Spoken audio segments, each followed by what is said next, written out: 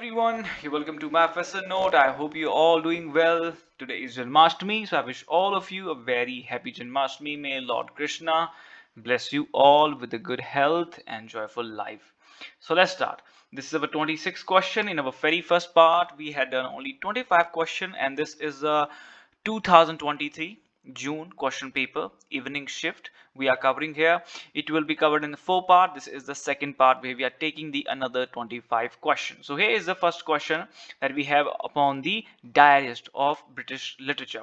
Who among the following was famous as diarist? Who among the following was famous as a diarist? Again repeated twice. Okay, so who was? Do you know? Well, I have given the answer as well. It is John Evelyn. Okay, now let's take a look at the diary that he has written.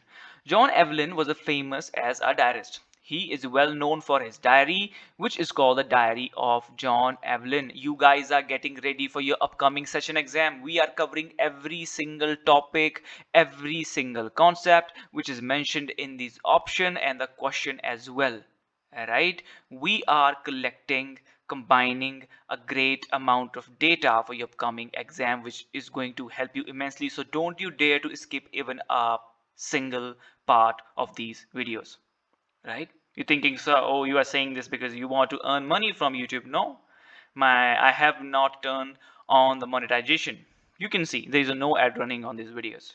All right.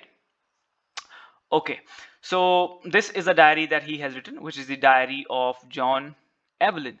John Evelyn's diary covers the years from 1640 to 1706, right? So it is covering the almost 66 years of history of the England. Who has written this? John Evelyn. What is the name? Diary of John Evelyn. How much time period is being covered? 66 years, from 1640 to 1706. It discusses events like the Great Fire of London in 66, the plague, the rebuilding of London. It was first published in 1818. Now this one you have to remember.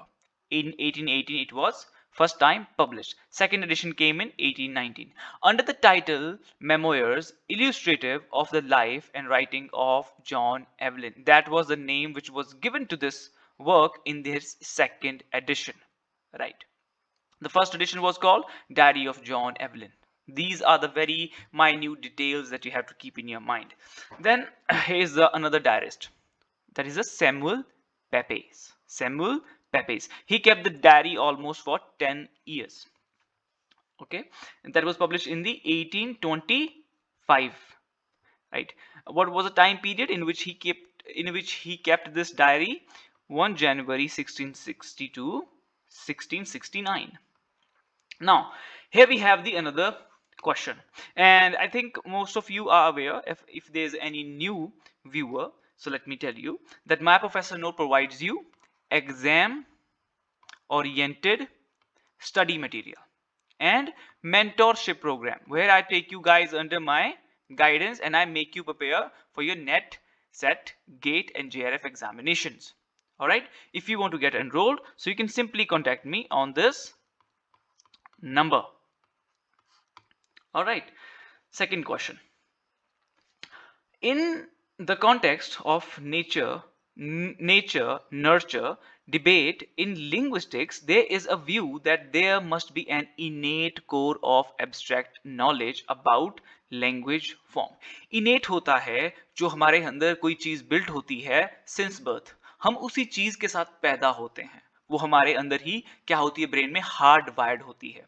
और इस चीज के बारे में किसने बात की है? चॉम्स्की ने की है. ठीक है, ये देखो, इन क्वेश्चन को सॉल्व करने का मतलब ये नहीं है कि मैं खाली आपको आंसर बताऊंगा. मेरा यहाँ पे मेन मकसद है आपके लिए कॉन्सेप्ट्स को क्लियर करना, हर एक चीज को समझाना. मैं कोई यहाँ पे I do not want you know impress you and surprise you with the question thing that this is the answer, look you have gotten. No, I want to make your concepts clear. ठीक है, मैं जब बोलने लगता हूँ तो मैं काफी फिलोसफर फिर मैं जो है बन जाता हूँ. So I always try to control myself, right. Philosophy भी करेंगे but in between. Okay, all right. So which pre-specifies a framework for all natural human languages and is currently known as a universal grammar.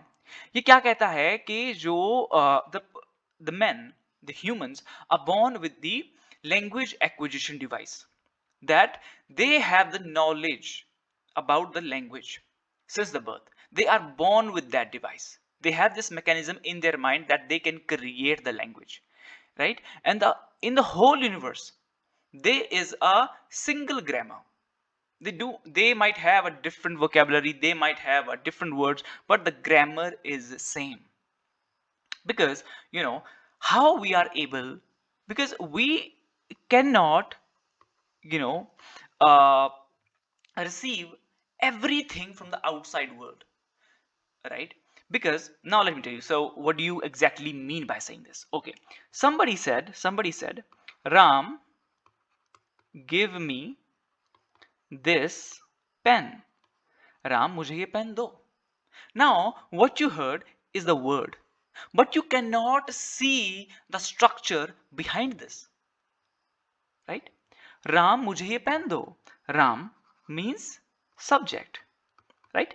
Give means the verb. Pen means the object. You do not know that Ram is the subject, give is the verb, and pen is the object. But you can say it very clearly in a grammatical form properly without knowing its structure, because it is being said, according to some theories, that whatever we speak, the language, we have accumulated it from the outside world. But what we are listening in the outside world are only the words. हम खाली शब्द ही तो सुनते हैं, हम उसके पीछे के स्ट्रक्चर को थोड़ी सुन सकते हैं. कोई आदमी ये थोड़ी बोलता है कि Ram subject, give verb, man pen object. वो तो खाली यही बोलेंगे कि Ram give me this pen. But how you become able structure this sentence properly without knowing, hearing the grammar? हम ग्रामर को थोड़ी सुन सकते हैं, ठीक है? आप मुझे एक चीज बताइए, आपकी जो हिंदी भाषा है, हम हिंदी भाषा बोलते हैं, क्या हमने हिंदी भाषा को बोलने के लिए कोई ग्रामर सीखा कभी? हमने कभी नहीं सीखा. फिर भी हम सेंटेंस की फॉर्मेशन सही करते हैं. कैसे? Right? Universal grammar. Even though there are multiple articles have been published, but still they were unable to defend that there is universal grammar. There is a lot of debates. It's a very seminal work, debatable, argumentative, very groundbreaking theory it was. ठीक है? तो किसने लाई थी ये लाई थी आपके Noam Chomsky ने. Linguistics है, right? He is the one who said that who propounded this concept of universal grammar. ठीक है, समझ आया होगा आपको. Now here I have given all other terms, right? That what is universal grammar is a theory in linguistics proposed by Noam Chomsky. It suggests us that there is a biological based innate linguistic structure or knowledge that is shared by all humans and serve as the foundation of language acquisition and production. वो हमारे अंदर, हमारे दिमाग में hardwire रहती है एक ऐसी डिवाइस जो हमें हेल्प करती है to understand and create the language and speak the language. ठीक है? We are born with this ability to speak language, to speak the proper language, right? innate knowledge जो हमारे साथ by birth है, since the birth. Okay, biological basis, हमारे brain में पहले से ही हार्ड वायर्ड है वो यूनिवर्सल ग्रामर. ठीक है, हम इस चीज के साथ बॉर्न होते हैं. लैंग्वेज एक्विजिशन डिवाइस इस चीज को कहा गया है. Chomsky propose the concept of language acquisition device which is hypothetical cognitive. Hypothetical है ये, रियल नहीं है, प्रिज्यूम्ड है.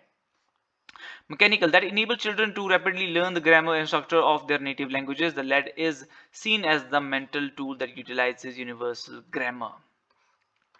ठीक है, जब आपकी एक अवस्था होती है, I think between the 1 to 6, ये वो period होता है when this acquisition device is very active and we can easily learn the language, है ना? And now for some of us it becomes quite difficult to learn the English because it was not our mother tongue. ठीक है, आपकी जो mind के receptors होते हैं वो बहुत ज्यादा एक्टिव होते हैं at the very beginning of your life, है ना? आपके ये कहा जाता है कि 9 ईयर्स तक, जो 9 साल हैं आपकी जिंदगी के, उसके दौरान ही आपके मस्तिष्क का अच्छे से विकास होता है. Your brain is developed, completely developed till the age of 9. After that there is a process of relearning. You learn some new things, but automatically your mind will behave only in that structure which was formed till the age of 9. Automatically आपका mind उसी structure को follow करेगा. 9 साल के बाद आपने कुछ किताबें पढ़ी, कुछ और चीजें आप आज पढ़ते हैं, फिर आप जानबूझ के चीजें करते हैं कि ऐसा मुझे नहीं करना चाहिए, ठीक है, मुझे थोड़ा रेजिस्ट करना चाहिए, इंस्टेंट ग्रेटिफिकेशन को अवॉइड करना चाहिए. All of these things come to the role. ठीक है, मुझे इस तरह की इंक्लूसिव लर्निंग अच्छी लगती है जहां पे कुछ इस तरह की बातें भी हो, रादर देन कि जस्ट उस क्वेश्चन को रटे जा रहे हैं, ऑप्शन को बताए जा रहे हैं. I think it is a way more interesting, right? And please let me know if you have watched the whole video. Please let me know in the comment section. So we have watched the whole video and we have also shared this video with plenty of other aspirants who we know, right? Which of the following two plays have been written by Arthur Miller? Arthur Miller was an American playwright. You must have read him, the Willy Low Man, in your masters. So which are the two plays which are written by him? Let's see. Here I have got some answers for you. Well, I didn't mention the answer because these plays are minor, right? And only thing I will say here to you that the writers which are mentioned in our MAs, in our masters, you cover their all major and minor works. In minor works like They Two Rise, I think this is also here. Yes, A and C, They Two Rise and some kind of love story. These are the two minor works which are written by him. At the very beginning he wrote these plays. So I would say that in the major writings, you like a Willy Low Man, you cover their title, their central idea of the story, the characters, the main quotations. In minor, you just remember the title and the publication date, right? These are the two things you have to remember in the minor work. So this is the this is the question from the American literature, right? Then we have here another question. Arrange in chronological order the publication of the following anthologies of poetry by Nazim Ezekiel. Anthologies आपके होते हैं collection of poetry, ठीक है? collection होती है ना कि जैसे हमें blossoming mind हुआ करती थी in our graduation, पढ़ी होंगी आपने. So that was an anthology of a different poems. उसमें अलग अलग तरह की क्या होती थी, जो आपकी ये poetries होती थी उन्हें collection, उसकी एक collection होती थी. इसी तरह से निज़िम एज़ेकिल की भी पोइट्री की एक कलेक्शन है. Now here we have to find them. Here we have to write them in the chronological order, that which poetry came first. So here I have the answer for that. Now in 1952 came our time to change, and in 1965 came our the exact name. The rest of these poems, this whole this PDF will be provided to the students who are part of my mentorship program, right? Who are part of my mentorship program, because I don't want to I don't want them to waste their time scrolling screens to find the answers of all these options. So I am helping them. I am saving their time so they can revise and can focus only on study rather than just scrolling screen on internet. I don't want them to waste their time, right? So this PDF will be provided to them. So first one is the time to change, and the last one is the exact name. Exact name. Well, exact name, A is the last, time to change is the first. So E is first, A is last. E is first. Since we do not have here, I think we have all the wrong options here. That's what it means, right? That's what all it means. Unfinished poems. Yes, the right option is not given in this question. So, well, I have not checked other. Humans in Darkness, later Psalm of the Day. For this poetry, for this collection, he received the Sahitya Akademi Award in the 1983. 1983 में उन्हें इस work के लिए क्या मिला था? साहित्य अकादमी का अवार्ड मिला था. ठीक है, और इनकी सबसे इंपॉर्टेंट पोम है जो आपने पढ़नी नहीं भूलनी है, that is the night of Scorpio, right? The night of Scorpio और the scorpion night. Just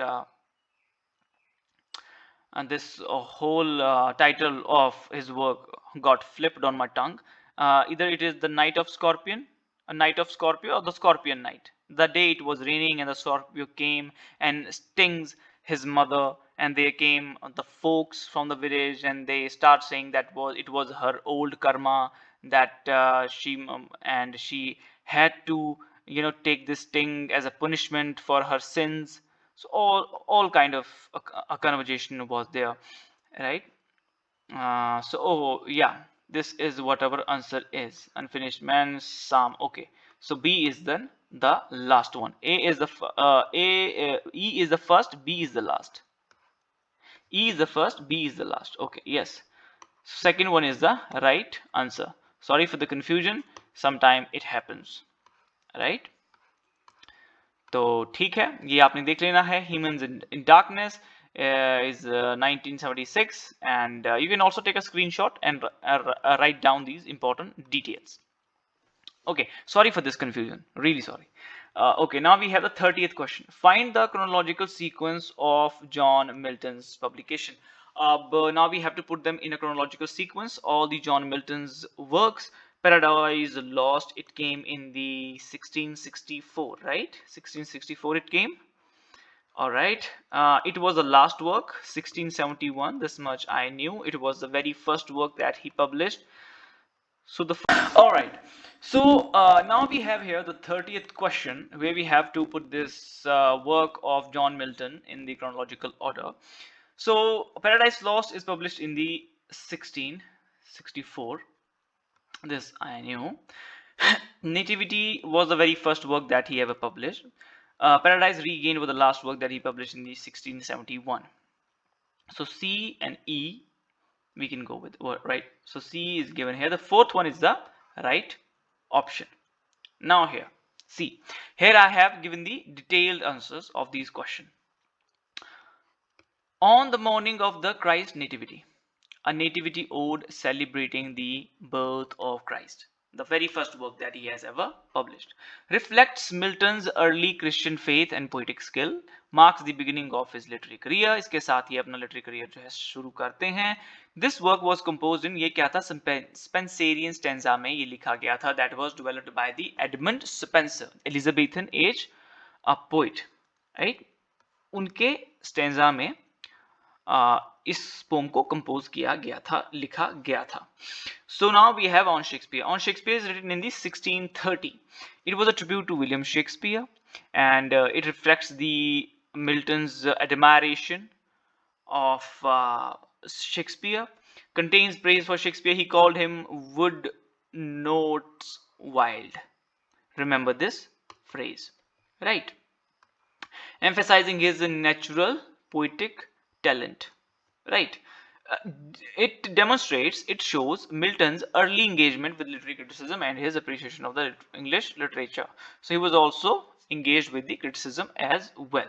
So now we have the third work which is mentioned in this option is the Lycidas. Now Lycidas was published in the 1637. Remember the dates. It was the elegy mourning the death of the Edward King, his friend. ठीक है, इसमें इस pome में इनकी मृत्यु का शोक मनाया जाता है. ठीक है. A fellow Cambridge student and poet incorporates classical and Christian elements, showcasing Milton's blending of diverse influences. Diverse influence है rest of this. Okay. Critiques the state of church. Now here he is criticizing the Church of England. It is also a satire on the religion and the churches, which were the clergy was corrupt. Contains pastoral, that picture of the village, of herds, shepherds, and allegorical elements are there. Indirect references highlighting Milton's poetic versatility. Then we have, Paradise Lost is published in the 1667, and I gave you the date 1664. That was wrong. Sorry for that. Now this work is published, written in the blank verse, right? A blank verse written in the iambic pentameter. Blank verse does not follow any rhythmic pattern, right? Consisting of 12 books. ठीक है? Okay. As far as I am concerned, as I knew, I think in the first edition that came of the Paradise Lost, there was only 10 books, right? In the second edition, there were 12 books. Am I right? Depicts the biblical story of the fall of a man, ठीक है? Centered around Adam and Eve's disobedience and expulsion from the Garden of Eden. Now, what happened here? The God has created Adam and Eve, and they were forbidden from eating the fruit that was called the forbidden fruit.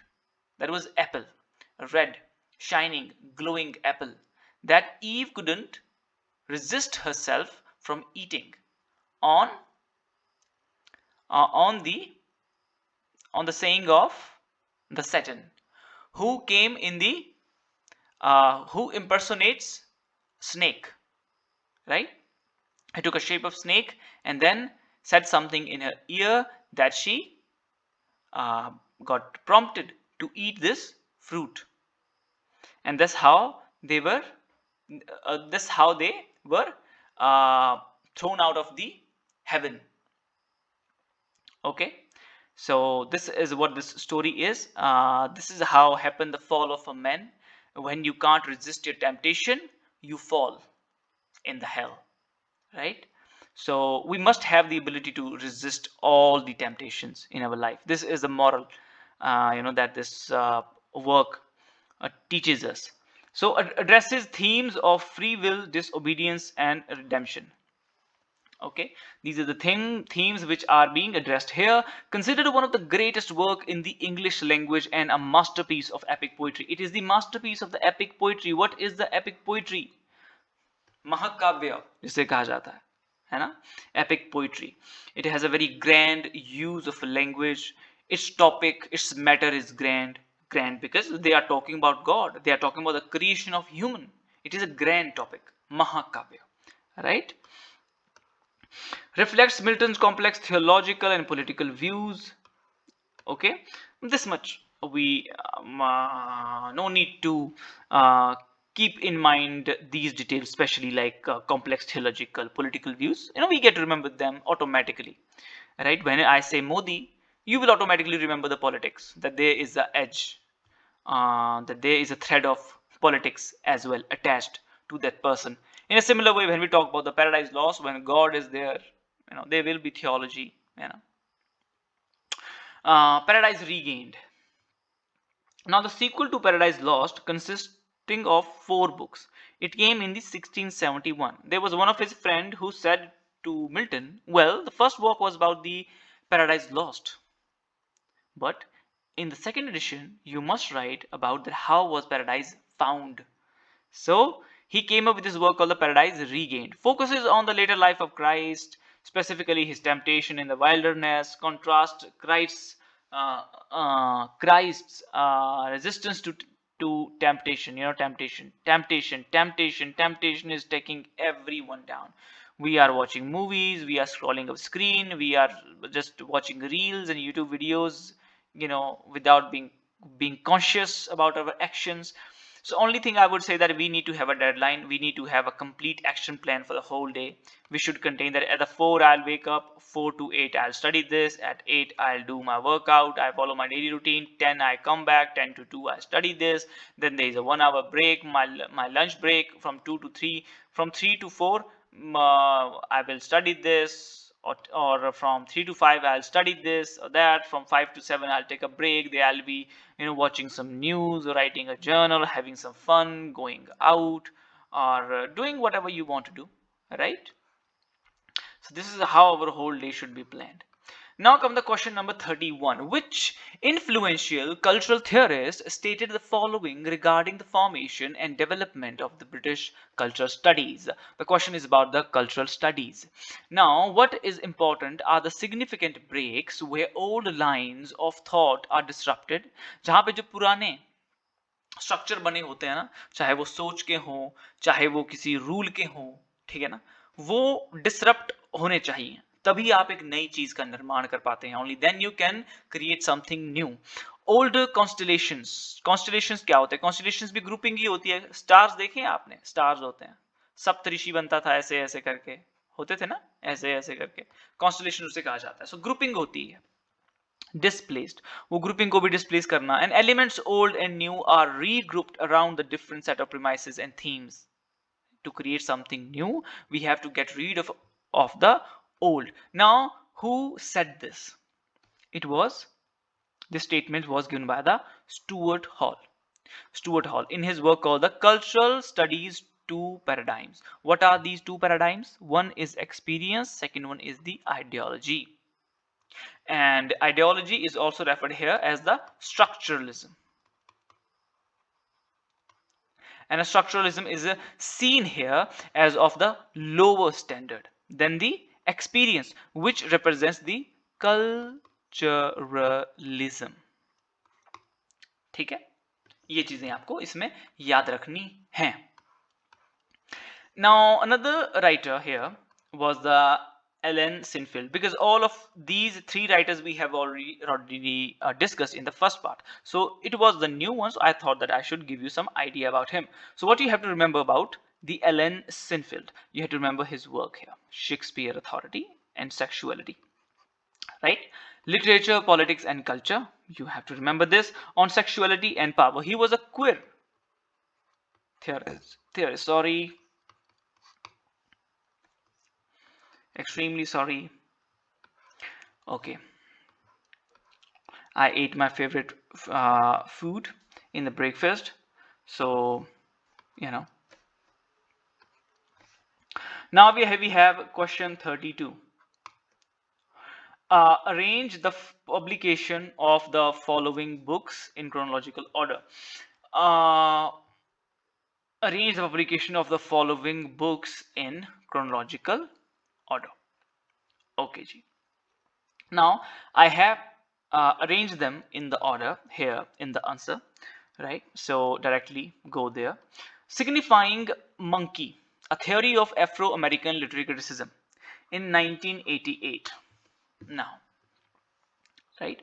So only thing I want to tell you, I'm not trying to impress you that I know the date of all these things. That is not the work of human brain, right? We are not here to memorize things. We are here to create things. We are here to imagine things, right? So let the computer do its stuff. 1998, but you have to remember, you have to memorize. For your exam perspective, then you have to memorize. But now I don't take pressure since I have qualified my NET JRF. So now I'm just taking a back seat and learning those things which I find important. I'm now learning the deep concept. I'm not a shallow swimmer anymore. I take deep dives, right? So 1988, Signifying Monkey, is a work by the Henry Louis Gates. And now what does this work say? And I would say, before we go deep into every single work, it will be good if we just take a note of the publication date. So Signifying Monkey, published in the 1988. Then we have The Location of a Culture, which is the work of the Homi Ke Bhabha, where he given this term called the hybridity, the mixture of two cultures. 1984 is the black literature. Okay, remember.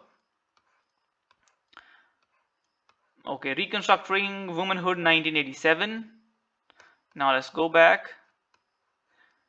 1987, black theory is 1984. Okay, because I have mentioned also the central ideas and themes and all other stuff that they have discussed, because I can't just only just read the title and its publication date. It is quite difficult for me to remember them. I need to have the central idea. Only then I can create some connection in my mind. Oh, this is the work.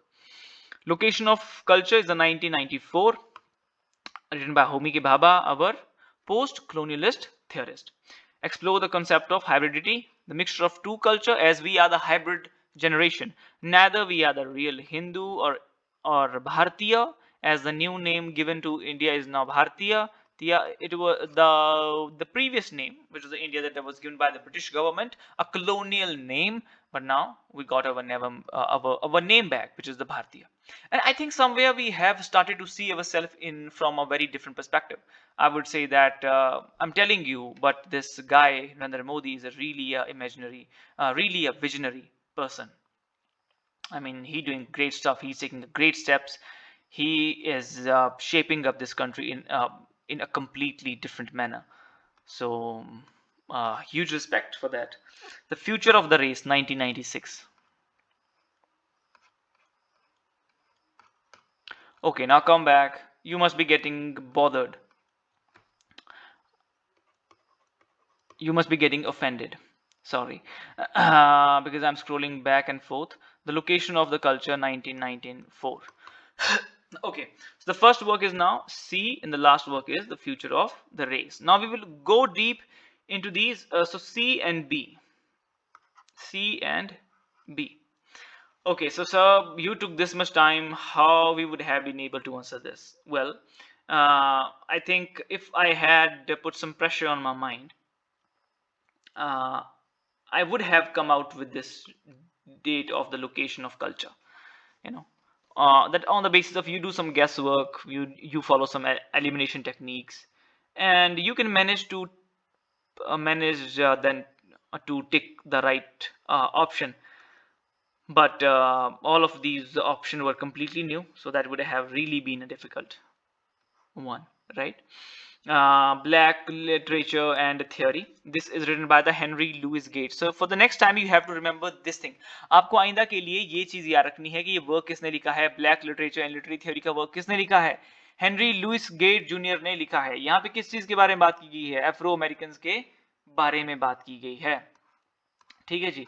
आगे है reconstructing womanhood. किसने लिखा है, hazel we Karbi ने लिखा है. किसके बारे में बात की गई यहाँ पे भी, emergence of the Afro-American women novelists in the 19th and the 20th century, where women have stepped out of the boundaries which were formed around them by the patriarchal society. Okay, and examines the literary contribution of the women. So it is about the women, their contribution, how they started to do something new, shape up their future in their own way, right? And they had to do some protest and all those things. It also have that feminist angle. Location and culture is a very important work. This one you have to remember, right? Homi ke Bhaba, hybridity concept is given here. Examine the complex interplay of the culture in post-colonial world, emphasizing the third space where culture converge and challenge each other. ठीक है, तो उसे कहते हैं हम third space. Influential in post-colonial studies, offering new perspectives on identity, presentation and cultural transformation, address diaspora, identity, culture. इतनी चीजें कि काफी सब्जेक्टिव हो जाता है, तो इतना नहीं देखना है. But the concept of third space यहाँ पे दिया गया है, और हाइब्रिडिटी के बारे में इस वर्क में बात की गई है. ये दो चीजें आपको यहाँ पे याद रखनी है. कहाँ पे, The Location of the Culture, 1994 by Homi K. Bhabha, a post-colonial theorist. Then we have The Future of the Race, 1996 by Henry Louis Gates and the Cornel West. What does it talk about? It is a collection of dialogue between the Gates and West, Henry Louis Gates and Cornel West, on the various concepts of Afro-American culture. So 3 or the 4 of the work that we read here were about the Afro-Americans, right? Yeah. So now we have question number 33. Arrange the following writers chronologically. Oh my god, we have a lot of chronological type questions here. You have to remember that your publication date at any cost, and I have also made this sure that how can you remember the publication date. Always, whenever you read a title, always make the publication date its part, irreplaceable part, which cannot be removed. So it should be always fixed. You should never be like Location of the Culture was published in 1994. No, Location of Culture 1994. This is how it should be. Okay. To find the location, it took 19 years, and to form a culture, it took 94 years. Whatever story you want to create around these dates, you do. You have to be a little bit creative. Arrange the following writers chronologically in accordance with their date of birth. अब year of birth के according आपको चीजें करनी होगी. James Boswell was the person who wrote the biography of the Samuel Johnson that we know. Edward Gibbon, Samuel Johnson, Edmund Burke, they were all are born before the French Revolution. Age of Sensibility, right? And Richard Brinsley Sheridan, right? The Rivals is the play that he has written. So we can just guess here. The guess will be I think that Edmund Burke is the last one here, and the James Boswell was a young guy, and I think A will be first and D will be last. This much I can predict. Okay, so D is last. Okay, and a C is the first. Samuel Johnson. No, sorry. Okay, what I am saying, what I am doing, right? Who is born first? Samuel Johnson must have born. He is the person who must have born first. And James Boswell was just a guy, a young guy who came to take his interview. He must be the last one to take a birth. James Boswell, right? A. Okay, so A is here, near somewhere here. Okay, so this one is correct, right? Now see here. Samuel Johnson, okay, yes, no, I was wrong. Samuel Johnson is born in 1709. Edward Gibbon is born in 1737. James Boswell born in 1740. Edmund Burke born in 1729. Richard Brinsley Sheridan born in 1751. So 751 में किसका जन्म हुआ है?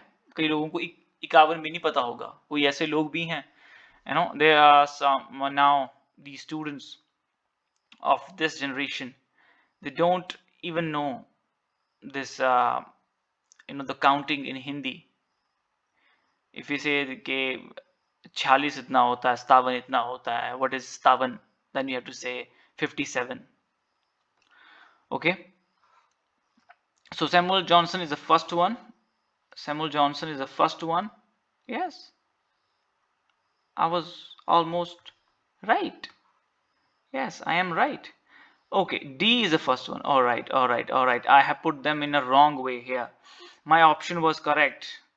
C is right. Yeah, I can't make a wrong guess. At least I am your teacher, right? I have read these concepts well.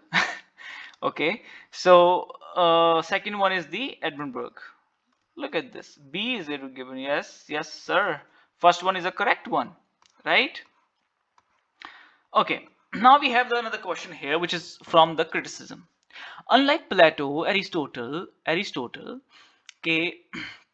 considers that poetry at its best requires great skill, and also differentiates between good and bad poetry on clear and systematic aesthetic grounds.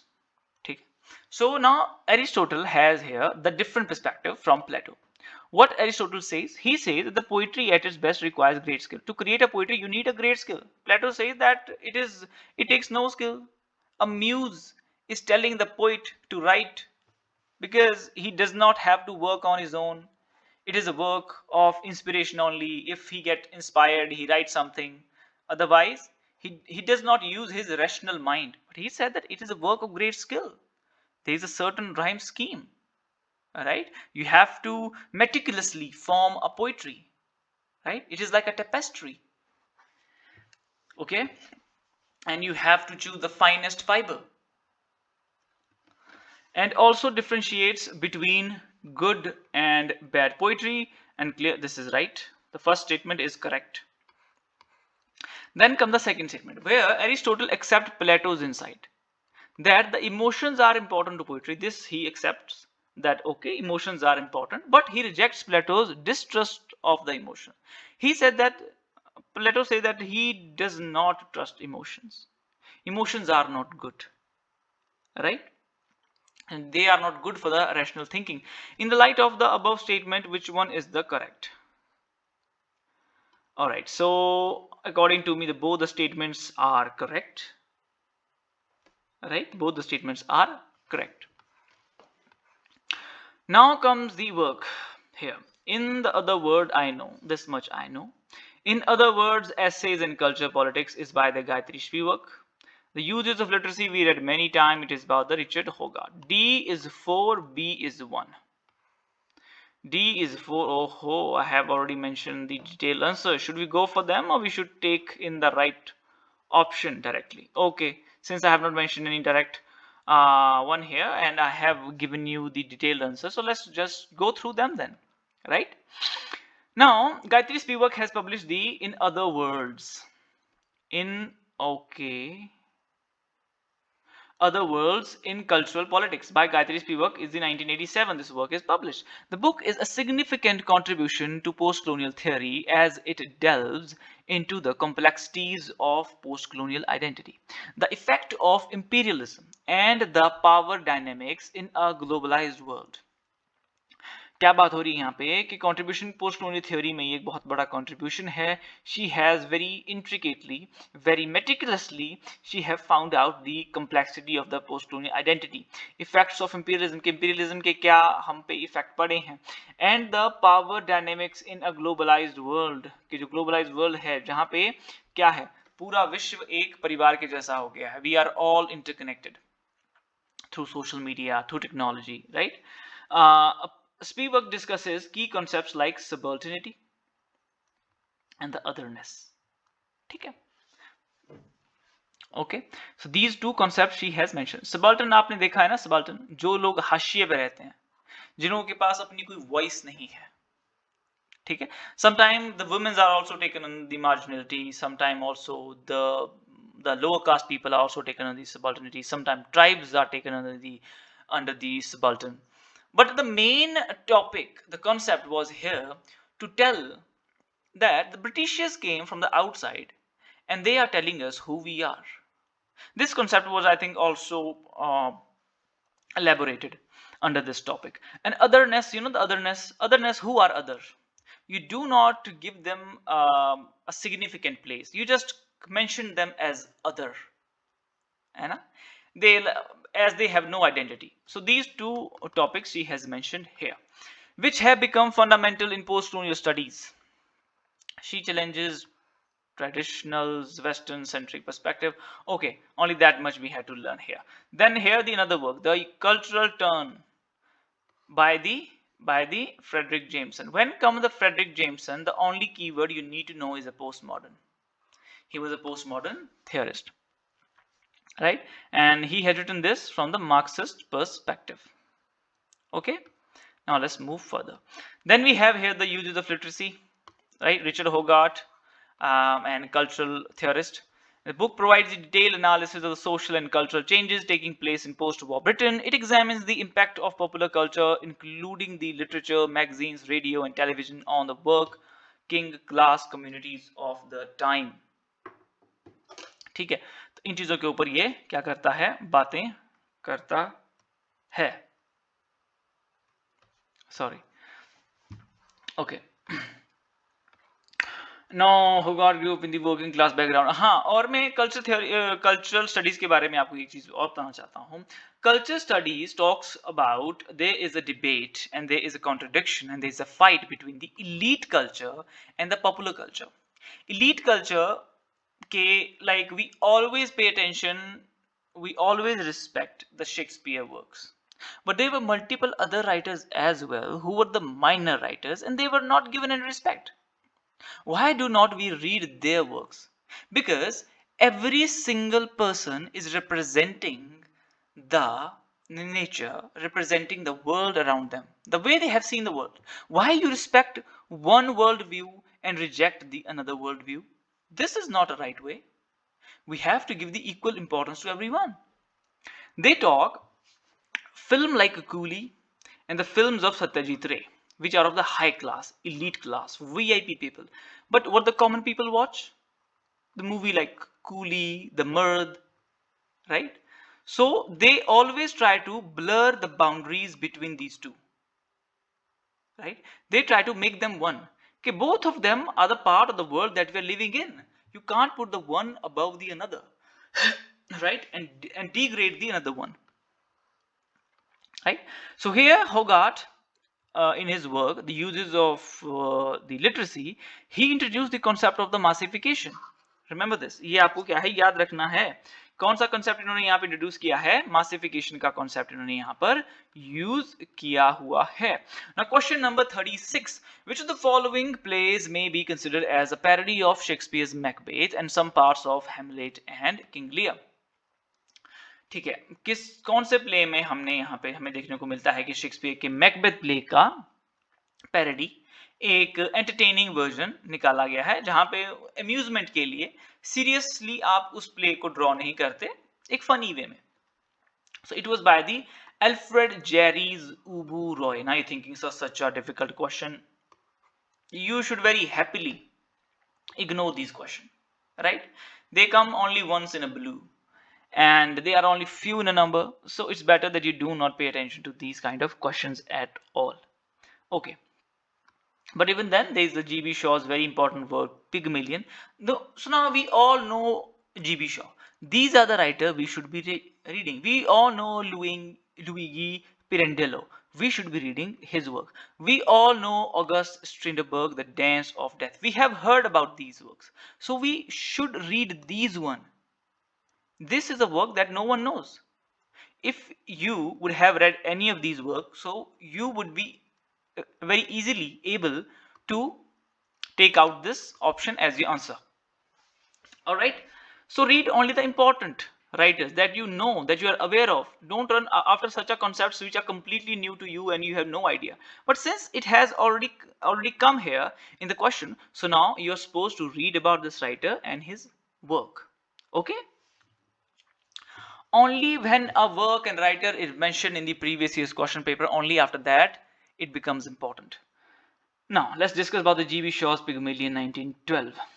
Pygmalion is a play that explores themes of social class and language. It tells the story of Professor Henry Higgins, who takes on the challenge of transforming a working class flower girl, Eliza Doolittle, into a refined lady through speech and manners training. The play raises questions about identity, social mobility, and the influence of languages on one's status. So now what happens here?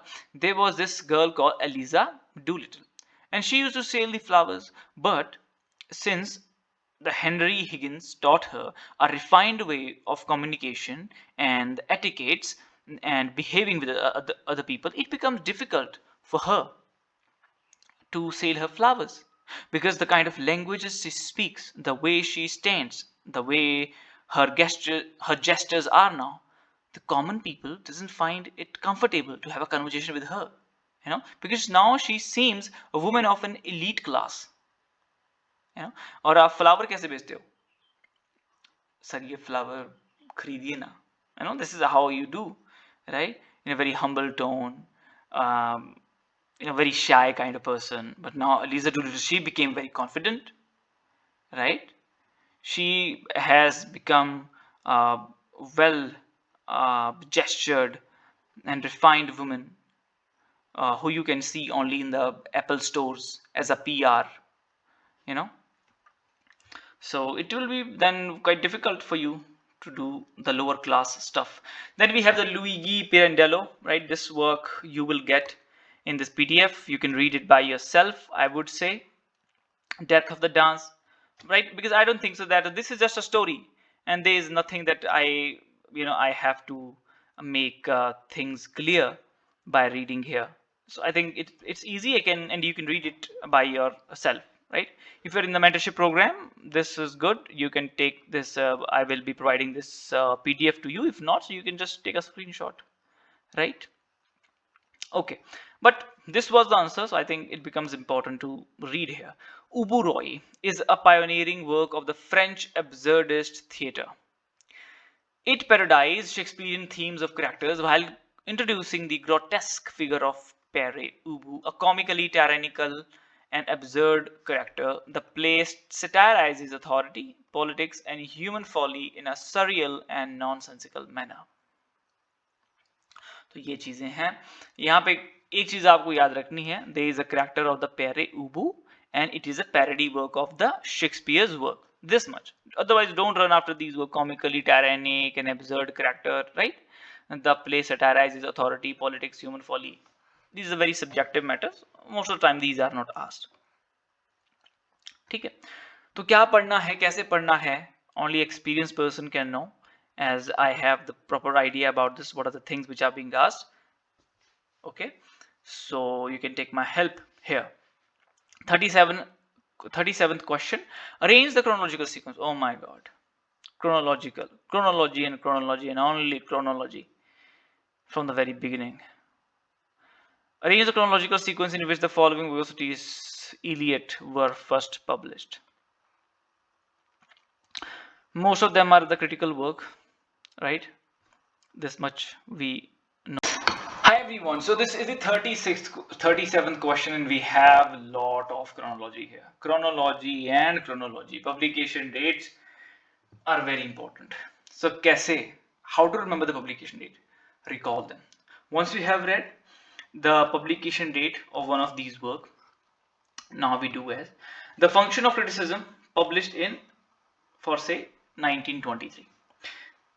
It is not the function of criticism published in 1923. It is function of criticism 1923. This is how you have to remember it.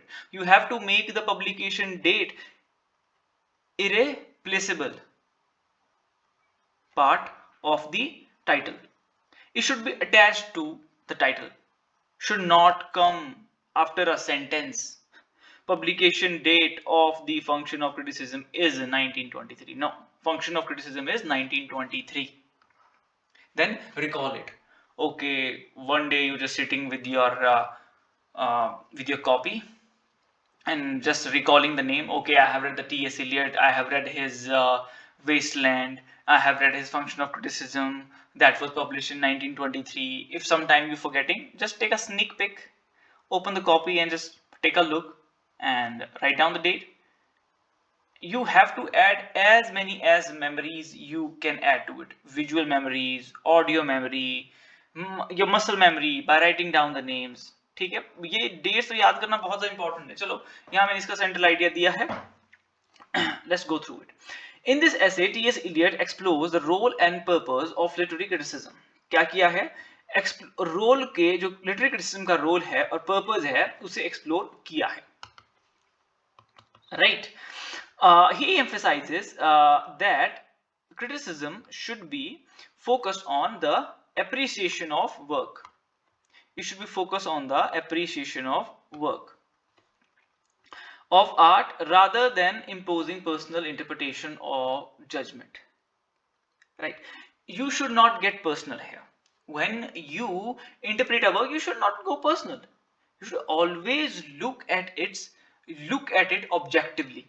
Eliot advocates for a more objective and disciplined approach to criticism, grounded in deep understanding of tradition and cultural context. और मैं एक चीज मैंने देखी है, चलो कई बार ना हमें बड़ा क्रोध आता है, we get very angry while having conversation or debate with people, but we should never get angry because that distort your perspective, your view of conversation.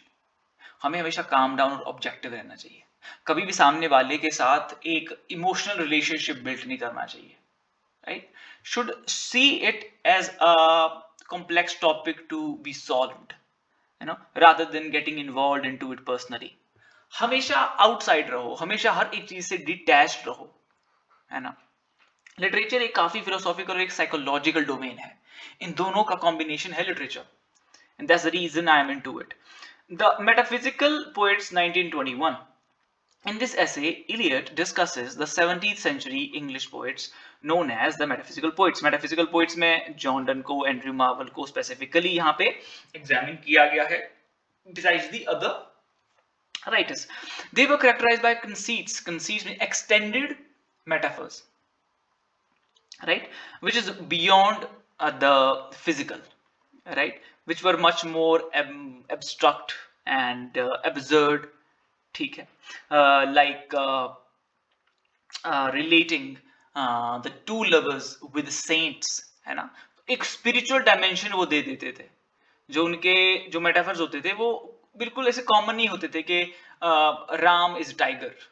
No, that will be something beyond. What will be that? That will be, for say, we have this work called the Flea, right, where the blood of the both of the lovers is she just sting both of these lovers, and now the blood of both of these lovers inside her body, and they are meeting inside her body in the form of blood. Do you see what kind of a picture this is which is being created here? This is a conceit, right, which is beyond your logic even, right? So these are the things which are seen here as a conceits. So mixing of the blood inside the flea is seen as the consummation of the two lovers. And there was intellectual complexity. See how complex these topics are, right? Eliot praises their ability to combine intellectual and emotional elements in their poetry and suggests that they had a profound influence on later poets. फिर आता है Sacred Wood, 1920 में ये publish हुआ है work, ठीक है. When I was 19, I was sacred. When I became 20, I became like a wood. No flexibility remained in my body. Right? No flexibility was left in my body. The Sacred Wood is a collection of the essay by Eliot that delves into various aspects.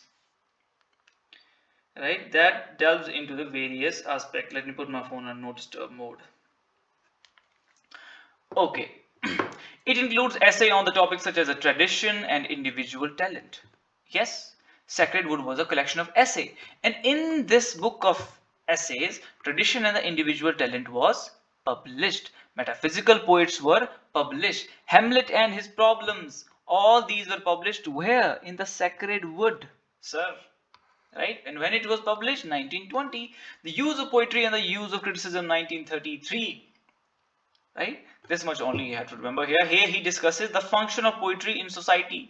कि समाज में क्या भूमिका निभाती है आपकी कविता, है ना. हिंदी को बोलने का आनंद ही कुछ और है. लाइक यू फील कंप्लीट, है ना, क्योंकि आपका ब्रेन इस भाषा में वायर्ड हुआ है ना. And the role of the poet critic. Eliot also addresses the idea of the dissociation of sensibility in modern poetry. Eliot also addresses the idea of the dissociation of sensibility in modern poetry. What is the dissociation of sensibility? When your thoughts and emotions are not aligned together. आप बोल कुछ और रहे हैं, आप सोच कुछ और रहे हैं, ठीक है. आपकी जो लाइफ की एक्सपीरियंसेस हैं, जो आप बातें कर रहे हैं, उनसे मैच नहीं करते हो. आप जस्ट क्या कर रहे हो? बकैती कर रहे हो. आप जस्ट खाली फिलॉसफी, एक जनरल पार्लेंस में बोले तो खाली फिलॉसफी झाड़ते रहते हो, है ना. तो कोई सेंसिबिलिटी वहां पे, कोई डिसोसिएशन है. आपके थॉट्स के बीच और आपके वर्ड्स के बीच कोई कनेक्शन नहीं है. आपके लाइफ के एक्सपीरियंसेस के बीच जिस तरह की बातें आप कर रहे हो, there is no connection between them. But metaphysical poets used to write their life experience, the experience that John Donne had with his girlfriend, with his beloved, right? All the real experience. Now what is writing here your Tennyson? He's writing about the Ulysses, the era he has never lived in, right? Philosophical aspects he has mentioned there. Notes towards the definition of culture. This is also the work of the T.S. Eliot. Did you know? Most of you didn't. I can bet that. Notes towards the definition of culture. In this book, Eliot offers a comprehensive exploration of the concept of culture. He examines the decline of culture in the modern world and discusses the importance of preserving and revitalizing. ठीक है, preserve करना और revitalise करना. ठीक है, क्या होता है प्रिजर्व करना? To protect something, preserve something, है ना. Revitalise something, to give it a new life. So he says that he examined the decline of culture. That culture is declining, going downwards in the modern world, and discusses the importance of preserving and revitalizing culture. और क्या importance है, हमें अपने culture को बचा के रखना चाहिए. Eliot argues for a broader understanding of culture that encompasses both high culture and popular culture. High culture होता है elite class, ठीक है. आपके capitalist, popular culture, you can say the lower class culture. It is also seen as a lower class culture. ठीक है, तो इन चीजों के बारे में बात कहां पे की गई है? Notes towards the definition of culture, and I think it must be seen as a pivotal source for the culture studies as well, right? So ये आपको dates इसके पता चल गए. ठीक है, मेरा मेन पर्पस आपको राइट आंसर खाली बताना नहीं है. पर जो लिखा गया है, पेपर किस तरह से आ रहा है, क्वेश्चन किस तरह से फॉर्म किए जा रहे हैं, किस तरह से उन्हें आंसर करना है, मेन पर्पस मेरा ये है कि 2023 में जो पेपर आया था, what were the option asked there, from where they were coming, what do they mean, why they are being asking, ठीक है। तो इसमें ये एक डीप डाइव होता है, नहीं तो यार ऐसे तो कोई भी कर लेगा, ये तो आप भी देख लोगे, है ना। सर ये क्वेश्चन पूछा है, ये इसका डी है, चलो जी आगे। मुझे नहीं लगता कि that this makes a sense or this makes any difference, है ना। Just to make a difference we have to do something different, right? 38th question, what is the standard format for citing a book as per the requirements of the MLA handbook 8th edition? अब ये चीजें ना computer कर देता है, ठीक है। Sometimes they are asking very dumb question. I do not know why they are sticking to very conventional approaches. I do not know. Even now they are asking these MLA and APA questions in the PhD. Why bhai? When we have the computer, just with a single command, I can make it MLA or APA or Chicago style. Then why do I have to mug up this? I mean, it is not something creative, right? Well, the first one is right here. First we have the surname, then we have the last name. Sorry, first we have the surname, then we have the first name, and then we have the title of the book in italics, right? आप ऐसे करके लिखते हो italics. And जब आपको इसे paper पे लिखना होता है तो आप इसे अंडरलाइन करके लिखते हो। पीएचडी के एग्जाम में जाओगे ना तो वहां पे इटैलिक्स को अंडरलाइन करके बताना होता है। प्लेस ऑफ पब्लिकेशन हो गया आपका, जैसे कि आपका एनवाई हो गया, फिर 2 डॉट्स लगा के यहाँ पे नेम ऑफ पब्लिकेशन हाउस आपका हो गया, पेंगुइन हो गया, ठीक है। ईयर पब्लिकेशन आपका मान लो 1993 हो गया। यहाँ पे मैंने एक एग्जाम्पल भी आपके लिए दे के रखा है, जैसे कि ये हो गया, Smith is a surname, John is a first name, it was a John Smith, so this is how we write this. The art of writing is the name of the work, we write this in italics. Then we have the New York, we have these colons, and then we have ABC here. Sorry, this is the publication location, and this is the publishing house, and this is the publication date. This is how you write an MLA style writing, but they are very complex styles. Sometimes you have to cite the editor, sometimes you have to cite a translator, right?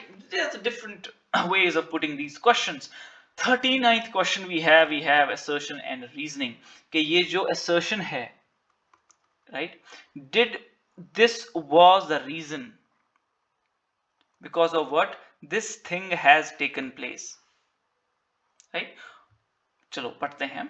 James Elroy started writing crime fiction commencing with Brown's Requiem 1981. He said that the James Elroy started writing fiction, and the reason for writing these fiction, James Elroy's mother was murdered in 1958. Was this the main reason? How do we know? How do we know? Well, it is true that his mother was killed and murdered in 1958, but we can't be so sure that this was the only reason that he started writing the crime fiction. So what we will say, both A and B are correct. Both A and B are correct, but R may not be the correct explanation of A. ठीक है, हमें नहीं पता भाई अब क्यों इन्होंने शुरू किया, स्टार्ट किया। अच्छा, फर्स्ट है, both A and R are correct, and R is the correct explanation of A. ठीक है, was sorry to say, but I am not aware of this James Elroy's murder has a connection with his crime fiction writing, even though it makes sense to a certain extent. Maybe it is the right answer. Okay, ठीक है भाई, 2 number cut गए मेरे। Okay, so now here Brown's Requiem is a crime fiction novel by the American author James Elroy. The story revolves around Fritz Brown, a private investigator and Vietnam War veteran living in Los Angeles. एक expert है Vietnam war के जो कि Los Angeles में रहते हैं, and there is another person called the Fritz Brown who is a private investigator. Brown hired to find a missing girl named the Catherine. But his investigation takes him into a complex web of crime, corruption, and violence. And this story is set against the gritty backdrop of 1980s. ये कहाँ story set है, किस environment में, किस दौर में ये set है? 1980s के दौर में सेट है, जहाँ पे क्या है, लॉस एंजलिस में ये सेट है। And novel explores the themes of moral ambiguity, redemption and the dark underbelly of the city. ठीक है, कि जो underbelly होता है ना, downside जो हमें दिखती नहीं है, reference is the snake. Snake का underbelly होता है, right? So we never know that what color that belly is, because we can see only the upper side of his body, right? He crawled through his underbelly with the help of his underbelly. Okay, and of the city. As Brown delves deeper into the case, he encounters a cast of eccentric, dangerous characters. ठीक है, सनकी लोग हैं, उनको वो मिलता है, including corrupt cops and drugs, and ये सारी चीजें होती हैं. But there is a connection between his mother and that I was unaware. But answer is one. Even I am the one who write this answer, and well, such a things take place, things happens. Okay, so question number 40. Who among the following is the author of the collection of stories named Reginald in Russia? Answer is the Hector Hugh Munro Saki. These are very, these questions you can't predict these questions. Sometimes students say sir कि क्या 100% आपके ही note से आएगा? भाई 100% किसके भी note से नहीं आ सकता. आप 100 किताबें पढ़ लो, आप 1000 किताबें पढ़ लो, फिर even then you can't be so sure that the whole content which will be asked in the question paper will be coming from there, right? So they can ask anything. Our focus should be only upon the 70 to 80% questions, right? This much we need to get our JRF, and 60% at least for our net. Paper 1 का भी शुरू करेंगे, ठीक है? Paper 1 पे भी मैं कुछ कॉन्सेप्ट्स आपके क्लियर करवाना चाहूंगा, बिल्कुल बेसिक लेवल पे एक अंडरस्टैंडिंग में डेवलप करना चाहता हूं हर एक एस्पायरेंट की. That is my main purpose, ठीक है? For now, who among the following was not one of the original members of Johnson's Literary Club? अब जॉनसन ने एक लिटरेरी क्लब शुरू किया, उसमें कौन से मेंबर्स नहीं थे? Johnson's Literary Club was founded by the Samuel Johnson, and its members were he himself, Joshua Reynolds, Edmund Burke, Oliver Goldsmith. ये उसके मेंबर थे. Beside this, we have the Tom. These we surely cannot remember, so please leave these all. Right? I to just can't remember their names, so I will leave them for sure. I will only keep these 4 names in my mind. And John Dryden obviously not was mentioned there. Hawkins was not mentioned there. Right? Burke was there. Goldsmith was there. Dryden was there. No. No. Then what will be the answer? What will be the answer? One of the original members of the Johnson Literary Club, Oliver Goldsmith. He was there, right? One of the original members of the Johnson. Oliver Goldsmith was there. And Edmund Burke was also there. So such a names, I will not read even those names which we are completely unfamiliar with. Just give it a look. Just give it a look. But there is plenty other important things to remember.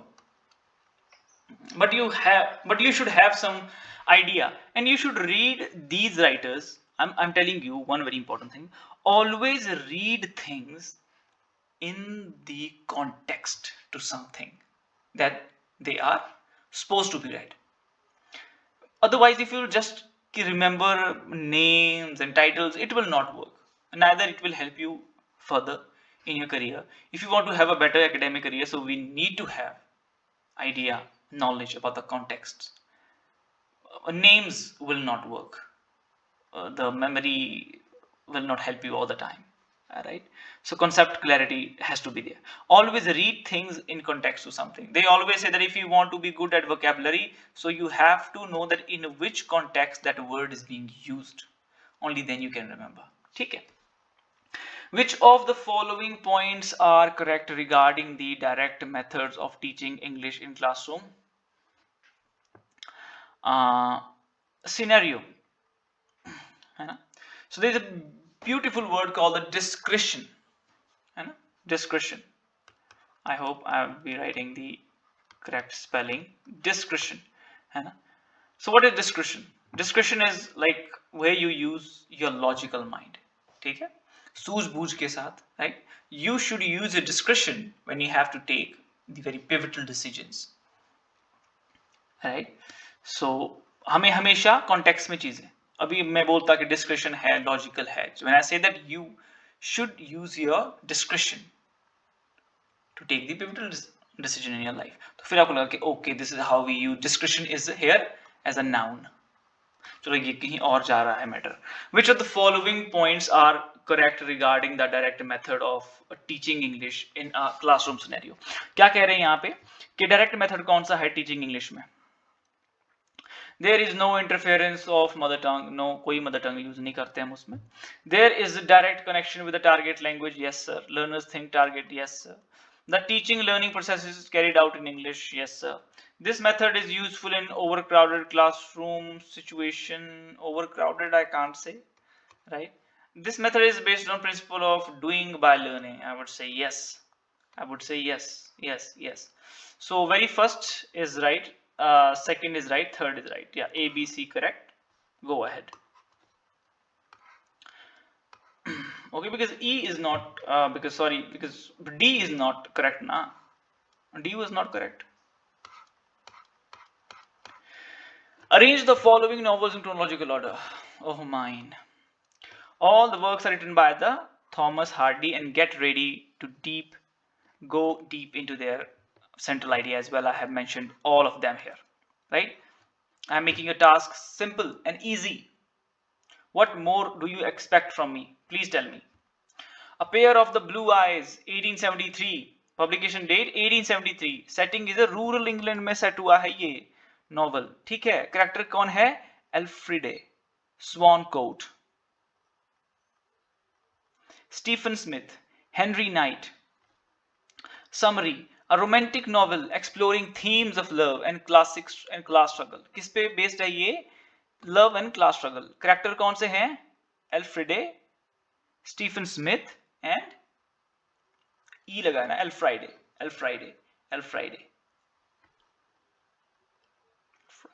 Elfride, Stephen, Henry Knight. Okay. Elfride, Stephen, Henry Knight. Remember these characters. Okay.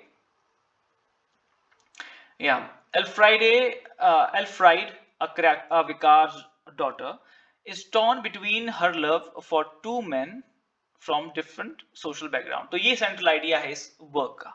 क्या है कि there is a woman called Elfride, right? There is a woman called Elfride, and there are two men, Stephen and Henry, from the different class. ठीक है. इसमें होता क्या है, जब भी लास्ट में आपका वोवल होता है ना, कि जैसे फाइल है, अगर ई है लास्ट में, तो I will get the freedom to pronounce itself completely. File है ना, same thing is here, Elfride. Okay, ये है. And now under the greenwood tree 1872. Under the Greenwood Tree 1872. Publication date 1872. Greenwood Tree came in the 1872, and the first one, Pair of Blue Eyes, came in the 1873. है ना, 1873. 18 years old woman, हे भगवान, 18 years old woman saw two men of 73 years. इस तरह से थोड़ा सा creative आपको होना पड़ेगा. Under the Greenwood Tree. Publication date is 1873. अरे बुरे हाल हो गए. I have to change this laptop. Okay. Or maybe this pad, my writing pad. Under the Greenwood Tree. It is not working properly, yaar. Okay. Publication date 1872. Okay. Greenwood Tree कब हुआ? 1872 में आपका published हुआ. अब dates important है, इसीलिए इतना emphasise कर रहा हूं. सेटिंग, बिकॉज क्रोनोलॉजिकल मैनर में आपको ये वर्क अरेंज करने हैं. Setting a rural village in England. ठीक है. कैरेक्टर है Fancy Day, Dick Dewy, mister Maybold. अब ये कैरेक्टर कैसे याद करते हो? On a fancy day there was a dew on a bald man's head. On a fancy day, there was a dew on a bald man's head. Fancy Day, Dick Dewy and mister Maybold. अब अपने अपने तरीके होते हैं कई बार character याद करने के, but if you will be reading this whole novel, sorry this whole summary, you can remember them, because then you will know that why Dick Dewey exists in this novel. कोई भी story आगे बढ़ती है ना, वो कैसे बढ़ती है, क्योंकि करेक्टर उसमें कोई एक रोल प्ले करता है. Because of their particular role that they play in the story, that's why the story is moving ahead. And once you know that, you very easily can remember these names then. So summary is, the novel is a pastoral romance centered on a young school teacher, Fancy Day, and her interactions with the choir members in a quaint English village. एक पुराने तरीके का, एक पुराने ज़माने में होते थे ना, क्वेंट इंग्लिश विलेज, ट्रेडिशनल, ठीक है, जैसे हमारे पहाड़ी इलाकों में घर हुआ करते थे, मिट्टी के बने हुए, ठीक है, और उसमें एक आपके चलने के लिए हमारे यहाँ उसे पौड़ा कहा जाता था, ठीक है, जो कि आपके लकड़ियों के खंभों पे जो है टिका होता था, है ना, और आपके लकड़ी के फ्लोर हुआ करते थे, है ना, तो उस तरह का एक ट्रेडिशनल विलेज है. अब Tess of the d'Urbervilles, very important, right. 1891 it is published, towards the very end of his writing novel writing career. Jude of the Obscure, after that novel, so he just stopped writing because of the reviews, the kind of reviews he received for that. So it was published in 1891. It was setting was Wessex, England. His fictional setting place. This is a fictional location that he has created for his most of his novels. Character is a Tess Durbeyfield. Then we have Angel Clare. Then we have Alec Duberville. Right? These three characters we have here. Summary: tragic story of Tess Durbeyfield.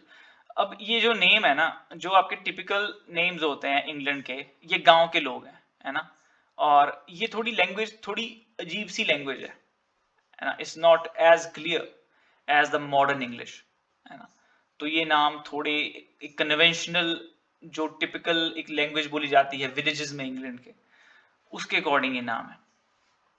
डर्बेफील्ड, your Tess Durbeyfield, a working class girl who is manipulated by the wealthy Alec Duberville and faces the consequences of society's double standards.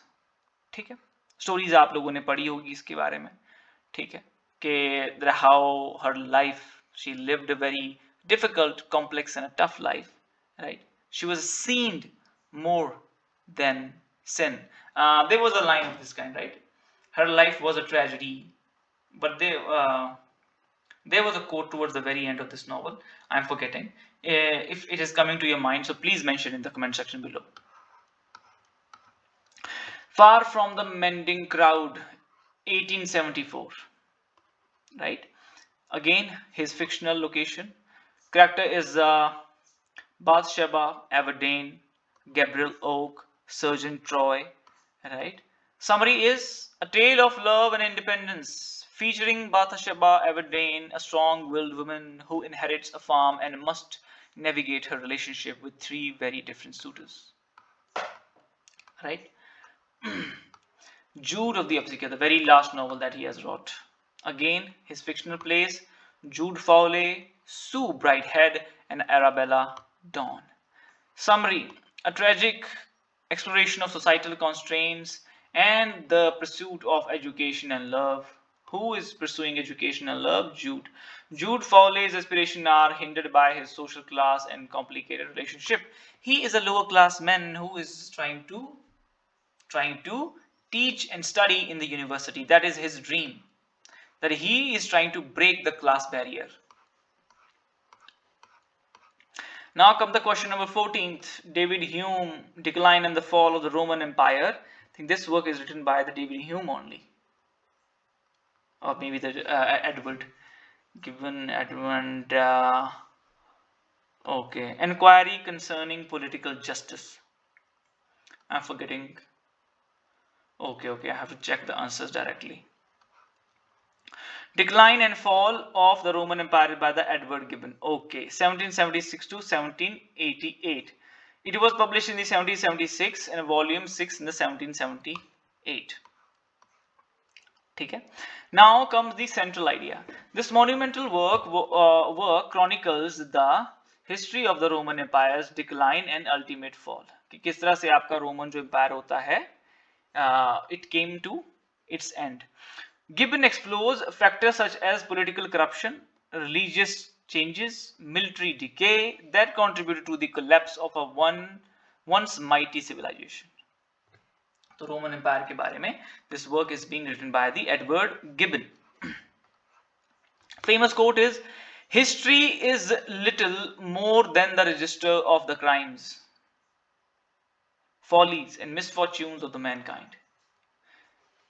History is more than the register of crime. It's not merely the registration of the crimes which happened in the past. History not only mentions those crimes, misfortunes and follies, it is way beyond than that. It teaches us. We can learn from our past. Right?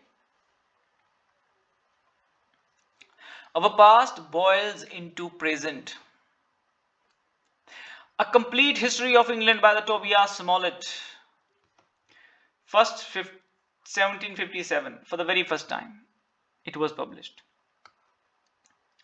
It is about the England's past, obviously, right? It talks about how the evolution took place. And the famous quote is, the first step toward knowledge is to know that we are ignorant. If you want to know something, the first step is to know. First step is to accept that you do not know. Only then you will learn. If you think that you know everything, then you won't be able, right? So this thing happened to me in this question, that I was unable to, remember the publication dates or that who has written which work, right? Because these writers are not that famous. These are the prose work, right? So this happened to us because now your study is more concept based, not the memory based, right? Okay. Now, Treatise on Human Nature by the David Hume. Publication dates: Book 1, 1738. For the very first time, book was published in the 1738. Central idea is, it is about the exploration of the human understanding and philosophy. ठीक है, human understanding के बारे में यहाँ पे बात की गई है. और कोट क्या है famous? Reason is an ought only to be the slave of the passion. जो आपका रीजन है ना, जो आपका लॉजिकल माइंड है, वो किसे फॉलो करता है? पैशन को फॉलो करता है, right? It follow its commands and can never pretend to any other office than to serve and obey them. ठीक है, वो उन्हें ही सर्व करेगा, वो उन्हें ही ओबे करेगा, किसी दूसरे ऑफिस में एंटर नहीं होगा. ठीक है, तो आप अपने पैशन को ही फॉलो करते हैं. इस तरह का है ह्यूमन नेचर. आपको वही चीज करनी है जो आपके पसंद की है.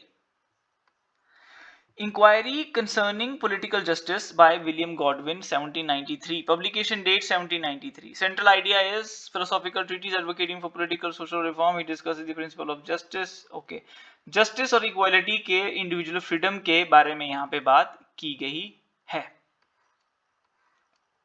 ठीक है, और एक ऐसी सोसाइटी के बारे में he is envisioning where there is no governmental tyranny, जहां पे क्या हो, where people are not controlled by government, they have their own free will to do things. ठीक है, and the famous quote from the Godwin's work is, no man is to any other and no man is to himself a mere machine or instrument, but each is equally an end to himself and to others.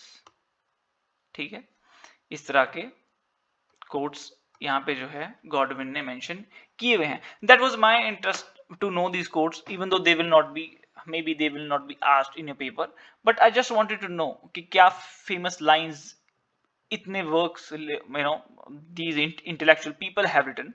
So what will be that very famous quote of these work? So I thought of mentioning them here.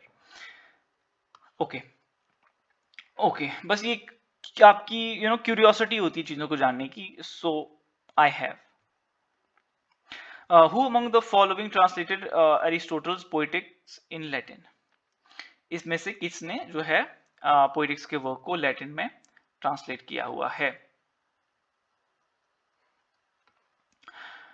Okay, important aspects of the poetics. Have I not mentioned the name here?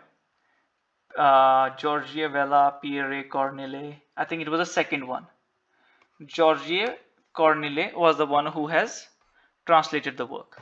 I directly mentioned here the important aspect of the poetics because you know this work of poetics is way more important than the translator here. Yeah, this question is obviously asked. I missed to mention the name of the translator here, but I think the one I ticked was the right one. And if not, I would ask you to just take a look at the right one then, right? Please do a research on Google, but according to me, it is the second one. As far as I can remember, it is the Pierre Corneille. Now, nature and purpose of poetry. Aristotle begins by discussing the nature and purpose of poetry, emphasizing its role in mimesis, imitation, and its ability to represent human action, emotions, and experience through poetry imitates. Whatever content is mentioned, the poet has gathered that from the outside world that he lives in. So he is merely imitating, right? And this aspect of imitation is discussed here in the poetics. Okay, so now what else? What are the major concepts which are mentioned here? Central topic of the poetics is the catharsis, which is the purification, which refers to the emotional purification of or purgation that audience experience through the witnessing of tragic events in drama. Okay? The moment you're seeing a tragic event and hits the very deep somewhere, that it touches that nerves, which has kept all those major events of your life, and it is a sudden realization and you start crying. There was a pain that you had carried throughout your life in your heart, and in this one moment in drama something happened and that whole pain was poured out through the tears from your eyes. ठीक है, और वो दर्द क्या है, छू मंतर हो जाता है जिस वक्त आप उस एक इवेंट को देखते हो, आप उसे विटनेस करते हो. कहीं ना कहीं वो आपकी जिंदगी के किसी अहम पहलू को छूता है और वो दर्द जो है क्या होता है, प्योरीफाई हो जाता है. होता है ना कि यार कि एक बार मेरे साथ भी ऐसा ही हुआ था, something what I had done, and you realise this कि है ना वो मूवी में जिंदगी ना मिलेगी दोबारा, फिर Farhan Akhtar came to this Hrithik Roshan and he said that sorry yaar, I can really feel the pain now that you've been through, so somewhere he realized that what that pain is, है ना, कि वो चीज है क्या वास्तव में. So this is how we get purified, है ना, catharsis. तो यहाँ पे मेन इनका ये है कि ड्रामा वही है, असली ड्रामा वही है जो आपको प्योरीफाई करे, है ना. अब एक कॉमेडी नहीं कर सकती. That is why he paid more attention to the tragedies, है ना, because tragedies teaches us a lot about this tough life, the harsh life. Life is harsh, life is difficult, and that's what a tragedy portrays, right. और वहीं पे हमें catharsis हो सकता है. That's way we can experience the catharsis, that's way we can experience the purification. ठीक है. Aristotle argues that tragedy in particular has the power to revoke fear and pity in the audience, leading to catharsis. देखा, tragedy.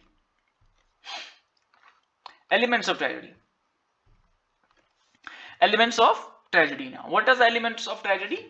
Aristotle outlines the key elements of successful tragedy. It includes plot, which is called mythos in Greek, character, which is called ethos in Greek, thought, which is called dianoia in Greek, diction, which is called lexis in Greek, melody, which is called melos in Greek, spectacle, which is called opsis in Greek. So I had a way of remembering these things. ठीक है, तो मैंने कैसे किया था इसे, कि the very first thing we have is a plot, right? Then we have character, and character need to have thoughts to say things. Only then he can do the diction, only then he can speak out, and his diction, whatever he says, that must be melodious, in a way of singing, he's saying that. And then the spectacles, spectacles I think थे जो चीजें, जिस तरह से आपका stage लगा है, spectacles, the other things that you need on the stage, है ना, वो सारी चीजें. और स्पेक्टेकल एक चीज ये भी है कि ways of looking at things, ठीक है. पर ऑप्सिस मेन चीज तो यही है कि जो आपका स्टेज है, I think spectacle has something to do with that, right. और हम थोड़ा इस पे और डिस्कशन फिर कर सकते हैं. ये टॉपिक मुझे थोड़ा ये क्लियरली याद नहीं है कि ये क्या चीज है स्पेक्टेकल, है ना, काफी छूट रहा है मेरे दिमाग से, है ना. तो he places a strong emphasis on the importance of plot structure and character development. ठीक है, याद आएगा तो मैं इस पे वापस आऊंगा. स्पेक्टेकल एक तो वही है, नजरिया, अलग अलग चीजें स्पेक्टेकल्स, है ना, जिसे हम जनरल पार्लेंस में सभी जानते हैं कि स्पेक्स एक नजरिया आप कह सकते हैं. और दूसरा जो आ रहा है वो स्टेज है, स्टेज पे जो हमें जो चीजें चाहिए होती हैं, उन चीजों से रिलेटेड कुछ समथिंग ऑफ दैट काइंड. ठीक है. Aristotle emphasis the unity of plot. ठीक है, आपके प्लॉट में यूनिटी होनी चाहिए, उसका एक इंट्रोडक्शन होना चाहिए, उसका एक मिडल होना चाहिए, उसका एक एंडिंग होना चाहिए. Unity of plot, suggesting that well, जो एक आपका वेल होता है, suggesting that a well constructing tragedy should have a single complete action with a clear beginning, middle and end. वही क्या होगा, वही तो हमारा क्या होगा, वही तो हमारा प्लॉट में यूनिटी होगा. ठीक है, प्लॉट तभी तो यूनाइटेड होगा जब उसमें क्या होगा, प्लॉट में मिडल होगा, बिगिनिंग होगा और एंड होगा, राइट. हाँ, मेरा ठीक था, मैं स्पेक्टेकल सही बोल रहा था यार. नजरिया है ना, अलग अलग तरीके जो होते हैं स्पेक्टेकल्स, है ना. He introduces the concept of peripeteia, reversal and the anagnorisis, recognition. अब क्या होता है, कभी आप कोई चीज करते हो, यू हैव डन समथिंग, आपको रियलाइज हो गया, you recognise, okay this was my mistake, and then क्या होता है, रिवर्सल होता है, वो चीजें फिर से ठीक होने लगती हैं, है ना. तो ये स्टेप बाय स्टेप होती हैं सारी चीजें. As crucial elements in the plots development, मैंने एक वीडियो भी बनाया एरिस्टोटल पे अलग से, पर मेरा ये है कि मैं हर एक यूनिट पे आपको एक अलग से वीडियो बनाऊंगा, अलग से एक सीरीज बनाऊंगा, जैसे अभी ब्रिटिश लिटरेचर की हमारी चल रही है. And I just want to make your concepts clear from a very basic level, right.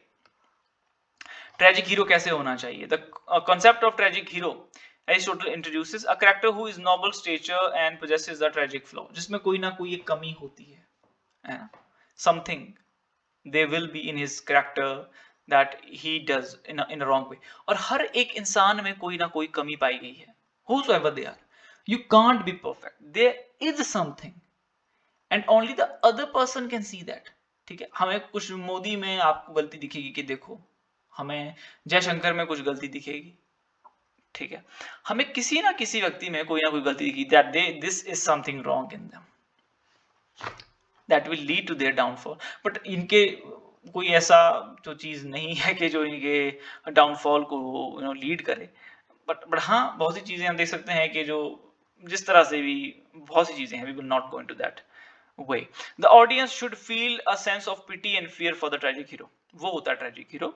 Comparison of literary form यहाँ पे हुआ है, similarity and difference. He argues tragedy is more focused, can achieve a greater emotional impact. हाँ, तो ये है क्या है, पोइटिक फॉर्म्स के अलग अलग फॉर्म्स होते हैं ना, उनके बीच उन्होंने क्या किया है, कंपैरिजन किया है. आपकी एपिक पोइट्री होती है, ट्रेजिक पोइट्री होती है, ठीक है. पर्पस ऑफ पोइट्री, कि पोइट्री का पर्पस क्या होना चाहिए. Discusses various purposes of poetry including the providing moral education, के इसका जो पर्पस है पोइट्री का, they should provide the moral education, capturing the complexity of human nature and the offering insight into the human condition. A role of poet.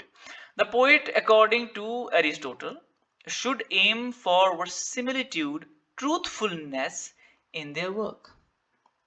Whatever they are writing, it should be true, right? They should not lie. Balancing the ideal and the probable, they should not mislead their audience. They must also possess a deep understanding of human psychology and ethics. तो ये चीजें आपको याद रखनी चाहिए कि poet कैसा होना चाहिए, who has a deep knowledge of the human psychology and ethics. ठीक है? Reception and the influence, how you receive things and how you influence. Aristotle poetics has had a profound and lasting impact on literary theory and the study of drama. It has influenced numerous playwrights, critics, and scholars throughout history. ठीक है? Controversies, interpretations. There were many controversies as well. Question number 26. Novelists have been correctly matched. Now we have to match the following. Thomas Hardy has written The Return of the Native. Right? We know that. Charles Dickens did not wrote Henry Osmond. Virginia Woolf wrote this one. Charlotte Bronte wrote The Professor. So this one is correct. C is correct. E is correct. A, C, and E is the correct one. So again, I have mentioned here the central idea. The set in the fictional town Edgin Heath portrays the life of character including Eustacia Way and Clem Yeobright. है ना, ये दो यहाँ पे character हैं. Virginia Woolf 1925 में published है. Publication date is very important again. Return of the native by Thomas Hardy in 1878. ठीक है.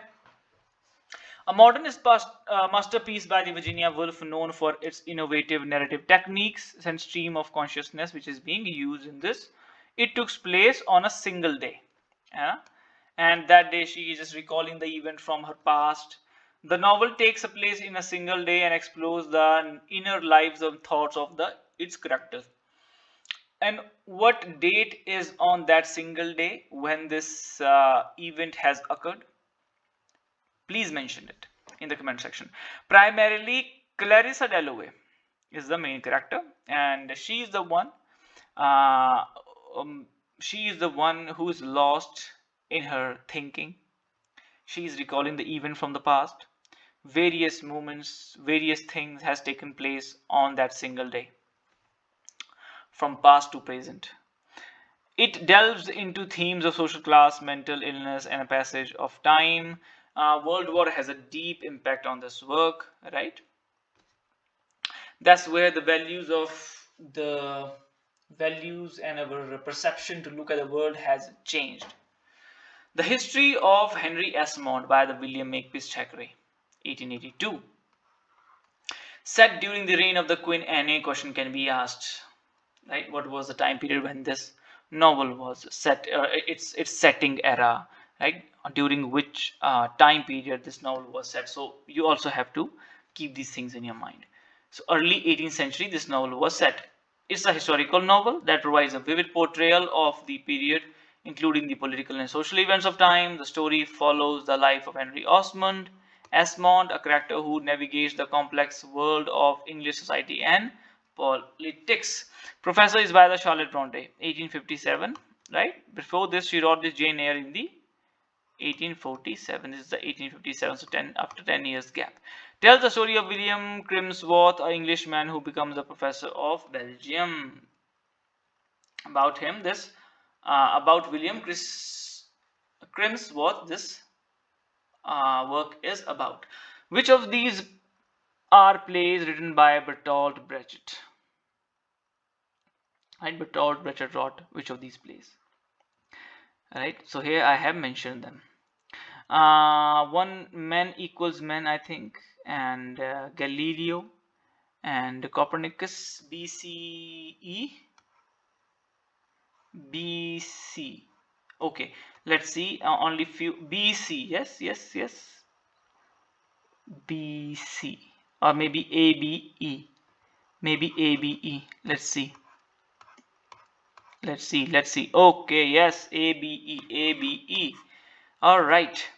So Bertolt Brecht was a German playwright and poet, right?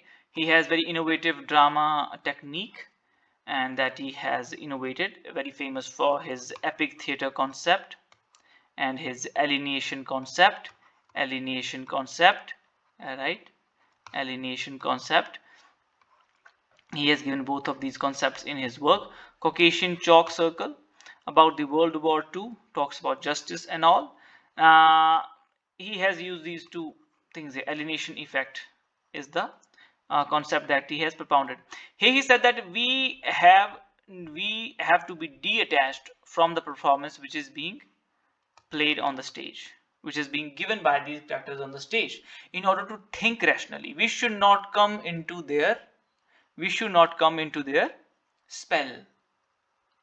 We should not come under their spell. We should be able to think independently, right? We should not become emotional while evaluating the work of literature or the drama which is being presented on the stage. Galileo is the 1943 work, life of famous Galileo Galilei, and his conflicts with the Catholic Church over his scientific discovery. So he has discovered some of the things about the space and planets, and which were more authentic. But well, prior to this, the Catholic Church has given some, um, given some theories about spaces and planets, which were not that practical and backed up with the evidence. So they asked him not to tell the general public anything about that, because that will dissolve their belief in this religious organization. You know, they have found these aspects of space and planets through their spiritual thinking. That's what they have told these people, that God, have said this and this and that. Now Galileo Galilei is a scientific man. He's a man of scientific temper. If people will got to know this, that there is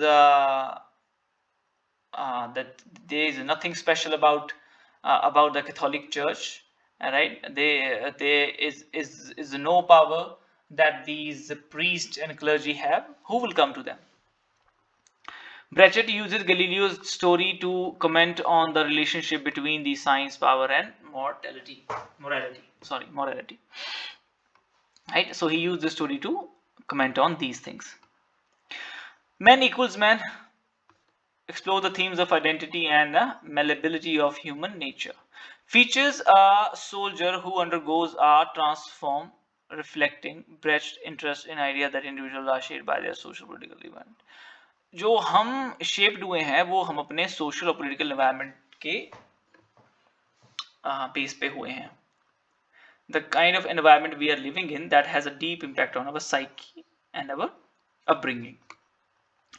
Brecht is a renowned developer. So he is very famous for his epic theater, and alienation effect is deeply related to it, right? So as I said, what alienation effect is, where you detach yourself, right, from the performance. Three Penny Opera is one of the another important work of him, of the Bertolt Brecht. And the play is a satirical and darkly humorous portrayal of the criminal underworld and the capitalist society. इसके बारे में है. It features memorable characters like Mac the Knife and Jenny Diver, and includes iconic songs like Mac the Knife. ठीक है, Mac the Knife नाम का इसमें song भी है, और character है Mac the Knife, Jenny Driver. ये characters भी इसमें हैं. Now Mother Courage is another important work of the Bertolt Brecht. Mother Courage and Her Children, 1939, set during the 30 Years' War. Central character Mother Courage, remember this, resourceful and cynical woman who tries to profit from the war but ultimately suffers tragic losses. She wanted to profit from the war, but she suffers eventually. The play explores the dehumanizing effects of war and complex moral choices individuals face during time and conflict. Which of the following book is not written by Raymond Williams? Keyword, he has written. Culture and Society, he has written. Culture and Imperialism, written by the Edward Said. Edward Said in 1993. Country and City, he has written. So these three books are by him.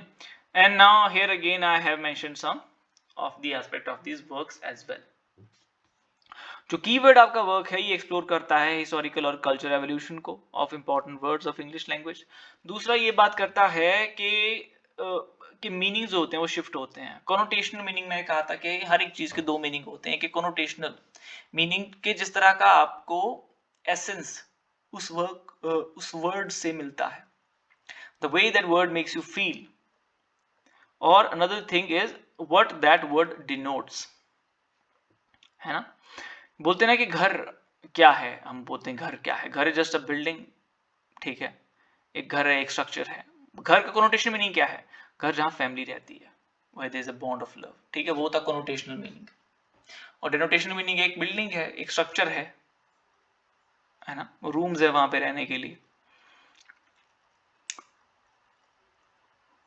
Such as culture, industry and revolution, about these keywords he has mentioned predominantly.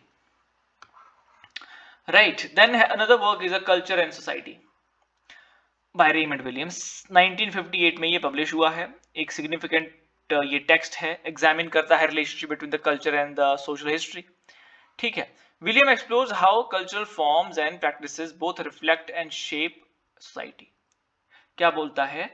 Explore new cultural forms, जो नए culture के forms हैं and practices हैं, both reflects and shape society, delving into literature, art and mass media. Right, जो हमारा culture है अभी, that is shaped by this, the art, literature and mass media, right? Through advertisement it is being shaped. Today you see the advertisement of any brand of America, you want to wear Levi's, right? You want to wear Puma, right? You don't want to wear the cotton clothes, right? Kurta and pajama, which is being worn by Indians, right? So this is how the changes are happening, culture and society, that how the culture shape up your society, right? Culture होता है कि हम एक अलग तरीके से जीने लगते हैं। Today everyone wants to have iPhone, why? Because it is the symbol of richness, and this is how the whole society will be shaped, their moral values will be different now, ठीक है। तो culture का एक deep impact है हमारी society को shape up करने में। The book is essential for understanding the, I'm yawning a lot, I do not know why. The book is essential for understanding the intersection of culture and social change during the transformative period. The book is essential for understanding the intersections of culture, के दो culture जहाँ पे मिलते हैं, and social change, है ना, intersection of culture and the social change, जो culture है और जो social change है, ठीक है, जहाँ पे ये दो चीजें मिलती हैं ड्यूरिंग दी ट्रांसफॉर्मेटिव पीरियड। तो वहीं पे आपका क्या होता है, ट्रांसफॉर्मेशन वहीं से आएगा। एक कोई चीज फॉलो की जा रही थी, ठीक है, now it is being replaced by another thing, वहीं पे तो एक ट्रांसफॉर्मेशन आएगा, ठीक है। तो इस चीज की यहाँ पे बात की गई है। Now third work of him is the culture and city bye Raymond Williams 1973। ये वर्क है a work that contrast the rural and urban experiences in English literature and history, के रूरल लाइफ का जो एक्सपीरियंस है और जो urban life का experience है वो डिफरेंट है। William explores how depictions of countryside and city life in literature have evolved over time. That how we, depict the country life and the city life. There is a change, right, in the work of literature now, the way they are depicting them. The book offers an insight into a changing perception of rural and urban spaces in the context of industrialization and modernization. So whenever we look at the rural, so what do we think? We think that there is a peace, there are shepherds, there are herds, and there are mountains, there are hills to climb. But there is also the dark side to it. They are being suffered, right? They don't have the optimum sources of earning their living, right? In village area, they don't have the right kind of education, right? Because they also want to be the part of the modern society, but they do not have any of these facilities, which is making their life worse there. That's why they want to move to the urban area. So he has shown that there are changes. The rural life has not remained same the way it was described in the Edmund Spencer's work, right? Question number 49. Which of the following are true in the context of Jonathan Swift? He was born in Dublin and studied at Kilkenny Grammar School and Trinity College Dublin. Yes. He co-authored a book with Samuel Johnson that we do not know. He was ordained in the Church of Ireland. Yes, he was. He was a member of Kit Kat Club. No, he was not. He wrote the sensation novel Lady Audley's Secret. No. So A and C is correct. Oh, A and C is correct. Now, Kit Kat Club, it is a very important, it is a club we read in the history of British literature, right? And it was set up during the Augustan age, right? Augustan age was between the 1700 to 1745, and during this time period, this Kit Kat Club came into existence. And who were the part of this club? William Congreve, John Locke, Sir John Vanbrugh. These all are the Restoration period playwrights, right? John Vanbrugh, and the William Congreve, Joseph Edison, and we have the politician, including Duke of Somerset, the Earl of Burlington. You have no need to remember them, right? Only remember those names which are easy to remember. William Congreve, John Locke, John Vanbrugh, Joseph Edison, and the Robert Walpole, right? Walpole, I think, written one of the Gothic novels. Now is the last question of this question paper, of the second part, right? The 50th question. We have 50 more questions to do, right? And we will keep enhancing the quality of these videos, right? And the question number 50. Who composed Lucasta? Lucasta is a poem written by the Cavalier poets. Cavalier poets we have between the 1625 to 1649. And after that, the Commonwealth period started. Right? Commonwealth means which is for the good of the common people. Okay, published posthumously. George Herbert, Thomas Carew, Richard Lovelace, and George Suckling. George Herbert was a metaphysical poet. I think besides this, all of them three were the Cavalier poets. And Lucasta is written by the Richard Lovelace, I think. Okay, let's see here. George Herbert was a metaphysical poet, and his famous work is The Temple and the Easter. Thomas Carew is the Cavalier poet. His famous work is To My Inconstant Mistress and Ask Me No More, A Rupture. Very important novels, work, poetry, remember them. Richard Lovelace, here comes the man who has written this work called To Lucasta, Going to the Wars, The Grasshopper, to Althea from Prison. So make sure you remember these names as well. Now we have the John Suckling, the another Cavalier poet, who has written the Ballad upon a Wedding, Why So Pale and Wan, Fond Lover, and Session of the Poets. So this is it. We have covered all the 25 questions in the second part. Right, so because the videos are quite lengthy, we are seeing, we are reading, and I hope you found this helpful, and it is helpful. That I know that's the only reason that I'm making these videos and investing my time into it. So keep learning. Very soon I'll be back, and for mentorship program I have already told you. For study material I have already told you. You contact me on this given number. Right? Happy learning.